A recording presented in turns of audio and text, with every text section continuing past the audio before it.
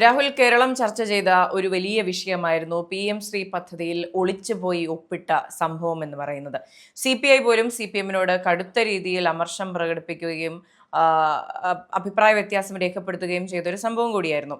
ഇപ്പോൾ PM ശ്രീ പദ്ധതിയിൽ നിന്ന് പിന്നോട്ട് പോകാൻ ഞങ്ങൾ ആഗ്രഹിച്ചാൽ പോലും കഴിയില്ല എന്നാണ് മുഖ്യമന്ത്രി VD സതീശൻ അറിയിച്ചിരിക്കുന്നത്. അതായത് ഒപ്പിട്ട് കൊടുത്തിരിക്കുന്നു, അതിന്റെ ഫണ്ടും സ്വീകരിച്ചു, ഇനി അതിൽ നിന്നൊരു തിരിഞ്ഞുപോക്കില്ല. ഇതിൽ നിന്ന് കുറച്ചെങ്കിലും എന്തെങ്കിലും ലീനിയൻസി അല്ലെങ്കിൽ പാഠ്യപദ്ധതി പരിഷ്കരണം സംസ്ഥാന സർക്കാരിന്റെ നേതൃത്വത്തിൽ നടത്തണം തുടങ്ങിയ ആവശ്യങ്ങൾ ഉന്നയിക്കാമെന്ന് മാത്രമേ അദ്ദേഹം കഴിയുള്ളൂ എന്ന് പറയുന്നുണ്ട്. അപ്പോൾ വലിയ ചതിയായിരുന്നു കഴിഞ്ഞ സർക്കാർ കേരളത്തോട് ചെയ്തത്. തീർച്ചയായിട്ടും. പക്ഷെ ഇതിനകത്ത് ഏറ്റവും വലിയ അപഹാസ്യത എന്ന് പറയുമ്പോൾ ഇത് ചെയ്ത അതേ സർക്കാർ ഇന്ന് അതിനെ വിമർശിക്കുന്നതാണ് ഏറ്റവും വലിയ അപഹാസ്യത എന്ന് പറയുന്നത്. കാരണം ഇന്ന് CPM VD സതീശനെ വിമർശിക്കുകയാണ്. എന്താണ് നിങ്ങൾ ചെയ്യുന്നത്? നിങ്ങൾ അധികാരത്തിൽ വന്നു കഴിഞ്ഞാൽ PM ശ്രീ നിങ്ങൾ നടപ്പിലാക്കില്ല എന്നല്ലേ പറഞ്ഞത്? എന്നിട്ട് എന്തേ PM ശ്രീയുമായിട്ട് മുന്നോട്ട് പോകാൻ പോകുന്നു? എന്തേ RSSുമായിട്ടുള്ള കച്ചവടമാണോ? എന്തിനാണ് VD സതീശൻ തെരഞ്ഞെടുപ്പിന് മുമ്പിട്ട് പ്ലെയിൻ പിടിച്ച് അങ്ങോട്ടേക്ക് പറഞ്ഞത്? ഇത് കൃത്യമായി കണക്ക് കൂട്ടിക്കൊണ്ടാണ് പോയത്. പോർട്ടുകളെല്ലാം വിറ്റഴിക്കാൻ വേണ്ടിയിട്ടാണ്, കേന്ദ്രവുമായി ചേർന്നുകൊണ്ട് കേന്ദ്ര പദ്ധതികൾ നടപ്പിലാക്കാൻ വേണ്ടിയിട്ടാണ്, സംഘി സതീശനാണ്. എന്തെല്ലാം അപവാദങ്ങളാണ് CPM ഇപ്പോൾ പടച്ചുണ്ടാക്കിക്കൊണ്ടിരിക്കുന്നത്. വളരെ രസകരമാണ് CPM-ന്റെ കാര്യം. കാരണം ഇവർ തന്നെ ഒളിച്ചുപോയി ഒപ്പിട്ടൊരു കാര്യമാണ് PM ശ്രീ പദ്ധതി എന്ന് പറയുന്നത്. PM ശ്രീയിൽ ഞങ്ങൾ മുന്നോട്ട് പോകില്ല എന്ന് പറഞ്ഞ് വലിയ രീതിയിൽ ആക്ഷനും ബഹളങ്ങളും എല്ലാം കാണിച്ചു. SFIക്ക് എന്തോ ഒരു ആക്ഷൻ കാണിച്ചു. SFIയെ വിളിച്ചെടുത്തു, മുന്നോട്ട് പോകുന്നില്ല. എല്ലാം കഴിഞ്ഞ് ആരും അറിയാതെ പോയി ഒപ്പിട്ടപ്പോഴത്തേക്കും ഇത് വെളി വന്ന് CPI യഥാർത്ഥത്തിൽ പ്രശ്നമാക്കി. CPIയുടെ ഇപ്പോൾ ASFും AYFും എല്ലാം സമരവുമായിട്ട് ഇറങ്ങുന്നൊരു സാഹചര്യം ഉണ്ടായി. സ്വന്തം പാർട്ടി തന്നെ തിരിയുന്നൊരു സാഹചര്യം ഉണ്ടായി. ആ സാഹചര്യത്തിൽ പോയത് ശരിയായില്ല, അതുകൊണ്ട് ഒപ്പിട്ടു. അന്നത്തെ വിദ്യാഭ്യാസ മന്ത്രിയായിരുന്ന ശിവൻകുട്ടി എന്താണ് പറഞ്ഞത്? ഞങ്ങൾ ഈ പദ്ധതിയായിട്ട് മുന്നോട്ട് പോകത്തൊന്നുമില്ല, ഞങ്ങൾ വെറുതെ ഒപ്പിട്ടെന്നേ ഉള്ളൂ, വെറുതെ ഒപ്പിട്ടു, കാശ് വാങ്ങിച്ചു, ഇനി ഞങ്ങൾ പദ്ധതി നടപ്പിലാക്കില്ല എന്ന് പറയും. അങ്ങനെ ഏതെങ്കിലും ഒരു പദ്ധതി നടപ്പിലാക്കാതിരിക്കാൻ കഴിയുമോ? ഇപ്പോൾ നമ്മളൊരു എഗ്രിമെന്റ് വെക്കുമ്പോൾ ഒരാളുടെ കയ്യിൽ നിന്ന് കാശ് വാങ്ങിച്ചു, ഒരു പണി ചെയ്ത് കൊടുക്കാമെന്ന് പറഞ്ഞ്, ആ പണി ചെയ്ത് കൊടുത്തതിന്റെ പ്രതിഫലമായിട്ടല്ല കാശ് വാങ്ങിക്കുന്നത്. അപ്പോൾ പിന്നീട് ആ പണി ചെയ്ത് കൊടുക്കാൻ കഴിയില്ല, അല്ലെങ്കിൽ കാശ് തിരിച്ചു കൊടുക്കണം. ഇതിലേതെങ്കിലും ഒന്ന് ചെയ്യണം. അപ്പോൾ കാശ് തിരിച്ചു കൊടുക്കാൻ കഴിയുന്ന ഒരു സാഹചര്യവുമല്ല, അപ്പോൾ ഇതിൽ നിന്നും പിന്മാറാനും കഴിയില്ല. അങ്ങനെ ഒരു കുരുക്കിലാണ് യഥാർത്ഥത്തിൽ ഇപ്പോൾ UDF ഉള്ളത്. അപ്പോൾ UDFനെ CPM കുറ്റം പറയാൻ ആരുമല്ല എന്നൊരു യാഥാർത്ഥ്യമാണ്. അതെ, ഇപ്പോൾ കഴിഞ്ഞ സർക്കാർ ഇത് ഒപ്പിട്ട് കൊടുത്തതിന് ശേഷം വലിയ രീതിയിലുള്ള പ്രശ്നങ്ങളുണ്ടായി. നമ്മുടെ CPIയുടെ സെക്രട്ടറി ആയിരിക്കുന്ന ബിനോയ് വിശ്വം ഇതിനെതിരെ ശക്തമായ ഭാഷയിൽ പ്രതികരിക്കുകയുണ്ടായി. CPI LDFിൽ നിന്ന് കൊഴിഞ്ഞു പോകുമെന്ന തരത്തിലുള്ള വാർത്തകൾ വരെ പുറത്തു വന്നൊരു ഘട്ടമുണ്ടായിരുന്നു. അതിനുശേഷം PM ശ്രീയിൽ നിന്ന് പിന്മാറുകയാണെന്ന കത്ത് നൽകി എന്നൊരു നാടകം കൂടി ഉണ്ടായിരുന്നു. അപ്പോൾ ഇന്ന് മുഖ്യമന്ത്രി അത് പൊളിച്ച് പറയുകയാണ്, അങ്ങനെ ഒരു കത്ത് കൊടുത്തിട്ടില്ല എന്നുള്ള വാസ്തവം പറയുകയാണ്. അപ്പോൾ നമുക്ക് കുറെ പിന്നെ ഉള്ള കാര്യം എന്ന് പറഞ്ഞാൽ, കേന്ദ്രത്തിന്റെ ഔദാര്യം നമുക്ക് വേണ്ട എന്ന് പറഞ്ഞ പല ഡിപ്പാർട്ട്മെന്റുകളുടെയും കാര്യം നമുക്കറിയാം.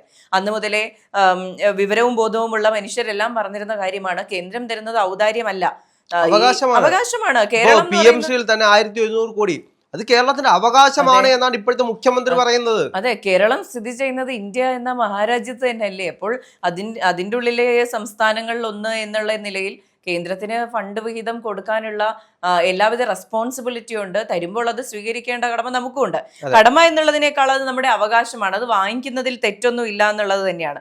പിന്നെ ഇപ്പൊ നമ്മൾ ആദ്യം സൂചിപ്പിച്ചതുപോലെ ആകെ ചെയ്യാൻ കഴിയുന്നത് പാഠ്യപദ്ധതി പരിഷ്കരണം, എന്താണ് കുട്ടികൾക്ക് പഠിക്കേണ്ടത്, ഏതൊക്കെ രീതിയിലാണ് പഠിക്കേണ്ടത്, എങ്ങനെയാണ് ഇതിനെ കുറച്ചുകൂടെ ലീനിയന്റ് ആയിട്ട് കേരളത്തിന്റെ ഒരു രീതിയിലേക്ക് കൊണ്ടുവരാൻ കഴിയുക, ഡെവലപ്പ് ചെയ്യേണ്ടതെന്ന് നമുക്ക് അങ്ങോട്ട് അങ്ങനെ ചെയ്യട്ടെ എന്ന് അങ്ങോട്ട് നിർദ്ദേശം വെച്ച് കേന്ദ്രം അത് അംഗീകരിക്കുകയാണെങ്കിൽ അതിനുശേഷം നമുക്കിത് ചെയ്യാം എന്നുള്ളതാണ് ഇതിനുള്ള ഏക പോംവഴി എന്ന് പറയുന്നത്. അപ്പോൾ ഒരു ഊരാക്കുടുക്കിൽ കൊണ്ട് കഴിഞ്ഞ സർക്കാർ വരുന്ന സർക്കാരുകളെ തള്ളിവിട്ടതിന് ശേഷം അതൊരു പ്രചാരണ ആയുധമാക്കി, അതൊരു പ്രതിപക്ഷത്തിന്റെ ആയുധമാക്കി ഉപയോഗിക്കുന്നത് വെറും വിഡ്ഢിത്തമാണെന്ന് പറയേണ്ടി വരും. എന്നിട്ട് വെറുതെ അങ്ങ് തള്ളി മറിക്കുകയാണ്. നിങ്ങൾ എന്താണ് ചെയ്യുന്നത്? സംഘി സതീശനാണ് നമ്മള് പ്രധാനമന്ത്രിയുടെ സന്തത സഹചാരിയാണ് എന്നൊക്കെ പറയുന്ന രീതിയിലേക്ക് അങ്ങ് അടിച്ചു വിടുകയാണ്. സതീശനെ സപ്പോർട്ട് ചെയ്ത മുസ്ലിം ലീഗുകാരുടെ അവസ്ഥ എന്താണ്? പക്ഷെ അതിലൊരു കാര്യമുണ്ട്, LDF-നെ മുഴുവൻ അടച്ചാക്ഷേപിക്കാൻ കഴിയില്ല. ഈ കാര്യത്തിലെ വസ്തുത കൃത്യമായി CPI-യിലുള്ളവർക്ക് അറിയാമായിരിക്കും. CPI കാരണം ഇത്രയും വലിയ പ്രതിഷേധമായി ഇപ്പോൾ UDF പോകുന്നതിനേക്കാളും കോൺഗ്രസ് പോകുന്നതിനേക്കാളും വലിയ പ്രതിഷേധം രേഖപ്പെടുത്തിയത് അന്ന് CPI തന്നെയായിരുന്നു. എന്തുകൊണ്ട് ഒരു ഡിസ്കഷൻ ഇല്ലാതെ ഇത് ചെയ്തു എന്നുള്ളത് ഒന്ന് ആലോചിച്ച് നോക്കൂ. ഒരു സർക്കാരിന്റെ ഒരു സംസ്ഥാനത്തിന്റെ തീരുമാനമെടുത്തത് അന്നത്തെ മുഖ്യമന്ത്രിയും അന്നത്തെ വിദ്യാഭ്യാസ മന്ത്രിയും മാത്രമായിരുന്നു. അവരൊരു സ്വകാര്യ പരിപാടി പോലെ പോയി ഒപ്പിട്ട ശേഷമാണ് കേരളം ഒന്നടങ്കം അറിയുന്നത് ഇങ്ങനെ ഒരു പദ്ധതി നമ്മുടെ തലയിൽ ഇരിക്കുകയാണെന്ന്. അപ്പോൾ അത്രയും വലിയൊരു ചതിക്ക് പിന്നാലെ ഇങ്ങനെ ഇതൊരു പ്രതിപക്ഷം ആയുധമാക്കുക എന്ന് പറയുന്നത് തന്നെ അതൊരു വലിയ വിഡ്ഢിത്തമാണെന്ന് പറയേണ്ടി വരും. തീർച്ചയായിട്ടും. ഇപ്പോൾ ഇതിനകത്ത് നമ്മൾ നോക്കിക്കഴിഞ്ഞാൽ ചില സ്കൂളുകൾ തിരഞ്ഞെടുക്കണം. അതായത് ഈ പദ്ധതി നടപ്പിലാക്കാൻ വേണ്ടിയിട്ട് ഇപ്പോൾ ഏതെങ്കിലും ഒരു പഞ്ചായത്തിൽ ഇന്ന സ്കൂൾ, ആ സ്കൂളിലേക്ക് ഈ ഫണ്ടുകൾ അനുവദിച്ച് ആ സ്കൂളിൽ ഇത്തരത്തിലൊരു പാഠ്യപദ്ധതി കൊണ്ടുവന്ന് അങ്ങനെ ആദ്യം ഇംപ്ലിമെന്റ് ചെയ്യുകയാണ് ചെയ്തത്. അതിന് അല്ലാതെ എല്ലായിടത്തും കൂടെ ഒന്നിച്ച് ചെയ്യുകയല്ല. ആ സ്കൂളുകൾ തിരഞ്ഞെടുക്കാനുള്ള അവകാശം സംസ്ഥാന സർക്കാരിന് വേണം. അതേപോലെ അതിനകത്തുള്ള കരിക്കുലം ബിൽഡ് ചെയ്യാനുള്ള അവകാശം സംസ്ഥാന സർക്കാരിന് വേണം. ഇതെല്ലാമാണ് UDF മുന്നോട്ട് വയ്ക്കുന്നത്. ഇതിനകത്ത് ഏറ്റവും വലിയ ആക്ഷേപം എന്ന് പറയുന്നത് LDF-നെ സംബന്ധിച്ച് അവര് വെറുതെ ആക്ഷേപിക്കുക എന്നല്ലാതെ ഇതിനകത്തേക്ക് വസ്തുത എന്താണ് എന്ന് പറയുന്ന ഇന്നേ വരെ അവർ മുന്നോട്ട് വന്നിട്ടില്ല. ഇപ്പോൾ VD സതീശനെ ഇപ്പോൾ പൂക്കി മുഖ്യമന്ത്രി ആക്ഷേപിക്കുക, ഈ ഒറ്റ ലക്ഷ്യം മാത്രമേ അവർക്കുള്ളൂ. അല്ലാതെ PMC-യിൽ നിന്നും പൈസ വാങ്ങിച്ചുകൊണ്ടുള്ളൊരു വിഷയമോ അല്ലെങ്കിൽ PMC ആയിട്ട് മുന്നോട്ട് പോകുന്നതുകൊണ്ടുള്ള വിഷയമോ ഒന്നും LDF-നില്ല. LDF-നെ സംബന്ധിച്ച് LDF-ന്റെ അജണ്ട എന്താണെന്ന് വെച്ച് കഴിഞ്ഞാൽ സർക്കാരിനെ ഒരു നിമിഷം പോലും വിമർശിക്കാതിരിക്കാൻ പാടില്ല. എപ്പോഴും വിമർശിച്ചുകൊണ്ടിരിക്കുക. ഒരു 10 മിനിറ്റ് കൂടുമ്പോൾ പുതിയ വിമർശനങ്ങൾ കണ്ടെത്തുക.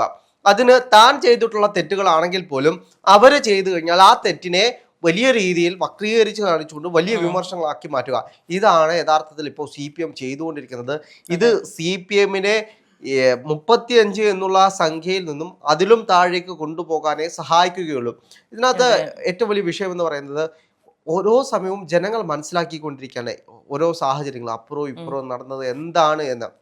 ഇപ്പൊ ഈ PMC വിഷയം മാത്രമല്ല, വേറെ ഏതൊരു വിഷയം എടുത്തു നോക്കിയാലും ഓരോ സമയത്ത് CPM-ന്റെ നിലപാടെന്ന് പറയുന്നത് പലതാണ്.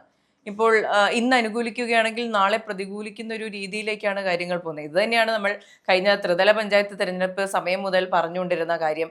നിങ്ങൾ നാണംകെട്ട തോൽവിയിലേക്കാണ് പോകുന്നത്, അതിനെങ്കിലും തടയാനുള്ള ഉത്തരവാദിത്തം പാർട്ടിയെ സ്നേഹിക്കുന്ന വ്യക്തികൾ ഉണ്ടാകണമെന്ന് പറഞ്ഞപ്പോൾ ഈ പാർട്ടിയെ സ്നേഹിക്കുന്ന പലരും തന്നെ പറഞ്ഞതാണ് ഇനി ഒരു തവണ കൂടി ഇടതുപക്ഷം ജയിക്കേണ്ട, അങ്ങനെയെങ്കിൽ CPM എന്ന പാർട്ടി പോലും നശിച്ചു പോകുന്ന ഒരു സാഹചര്യം ഉണ്ടാകുമെന്ന് അന്നേ കമ്മ്യൂണിസ്റ്റുകാർ പറഞ്ഞതാണ്. അത് തന്നെയാണ് ഇപ്പോൾ തുടർന്നുകൊണ്ടിരിക്കുന്നത്. ഭരണമില്ലെങ്കിൽ പോലും ഈ അധപതിച്ച സാഹചര്യത്തിൽ തന്നെ ഇവർ തുടരുകയാണ്. അപ്പോൾ വീണ്ടും ഈ പാർട്ടി നശിക്കണം എന്ന് ചിന്തിക്കുന്ന പലരും പാർട്ടിയിൽ ഉണ്ടോ എന്ന് സംശയം തോന്നിപ്പോ. ഇതിന്റെ ഒരു സൈക്കോളജി എന്താണെന്ന് വെച്ച് കഴിഞ്ഞാൽ, ഇപ്പോ മാങ്ങയുള്ള മാവിലെ കല്ലെറിയൂ എന്ന് പറയുന്നത് പോലെ ഈ UDF-നെതിരെ ഇപ്പോൾ എറിഞ്ഞുകൊണ്ടിരിക്കുന്ന കല്ലെല്ലാം UDF പോസിറ്റീവ് ആക്കി മാറ്റിക്കൊണ്ടിരിക്കുകയാണ്. അതിനെല്ലാം കൃത്യമായ ഉത്തരം കൊടുക്കുമ്പോൾ സ്വാഭാവികമായിട്ടും ചോദ്യത്തിന് ഉത്തരം കൊടുക്കുന്നതാണല്ലോ കുറച്ചുകൂടെ ഈസി എന്ന് പറയുന്നത്. അപ്പൊ പൊതുജനത്തിന് ഇതിനെപ്പറ്റി കുറച്ചുകൂടെ ക്ലാരിറ്റി ഉണ്ടാവുകയാണ്. സൈലന്റ് ആയിട്ടൊരു മന്ത്രിസഭയാണ് UDF-ന്റെ പോകുന്നതെങ്കിൽ ആരും ഒന്നും അറിയാതെ പോകും. ഇവിടെ ഒരു സർക്കാരുണ്ടോ സംവിധാനം ഉണ്ടോ എന്നൊന്നും ആരും അറിയത്തില്ല. പക്ഷെ ഈ കല്ലെറിയുമ്പോഴാണ് ഇവിടെ ആ സംവിധാനമുണ്ട്, സർക്കാരുണ്ട്, കൃത്യമായിട്ട് അത് പോകുന്നുണ്ട് എന്ന് ജനങ്ങൾക്ക് ബോധ്യപ്പെടുന്നത്. അത് കൃത്യമായിട്ട് UDF ഉപയോഗിക്കുന്നുണ്ട്. ആ സ്ട്രാറ്റജിയാണ് UDF ഇപ്പോൾ ഉപയോഗിച്ചുകൊണ്ടിരിക്കുന്നത്. അതുകൊണ്ടാണ് UDF ഇത്രയും വലിയൊരു ഹൈപ്പിൽ നിൽക്കുന്നത്. അപ്പോൾ UDF പോസിറ്റീവായി പോകുമ്പോൾ അതിനനുസരിച്ചുള്ള വിമർശനങ്ങളിലേക്ക് മാറേണ്ടതുണ്ട്. തരം താഴ്ന്ന വിമർശനങ്ങൾ മാറ്റേണ്ട കാലമായി. കാരണം ഇന്നത്തെ ജനങ്ങൾ പ്രതികരിക്കുന്ന നമ്മൾ കണ്ടതാണ്. കാഫിർ സ്ക്രീൻഷോട്ട് ആണെങ്കിലും ഇത്തരത്തിൽ വർഗീയ ധ്രുവീകരണങ്ങൾ നടത്താൻ നോക്കുന്ന ആളുകളെ ആണെങ്കിൽ പോലും ജനങ്ങൾ എങ്ങനെയാണ് ബഹിഷ്കരിക്കുന്നത് എന്ന് നോക്കി പഠിക്കേണ്ട കാലഘട്ടത്തിലൂടെയാണ് പോകുന്നത്. അപ്പോൾ കാലഘട്ടം മാറിയതറിയാതെ പഴയ സ്ട്രാറ്റജി തന്നെ വീണ്ടും ഉപയോഗിക്കാൻ നോക്കിക്കഴിഞ്ഞാൽ ഈ 35 എന്നുള്ളത് 0-ലേക്ക് എത്താൻ അധിക സമയമൊന്നും CPM-ന് വേണ്ട.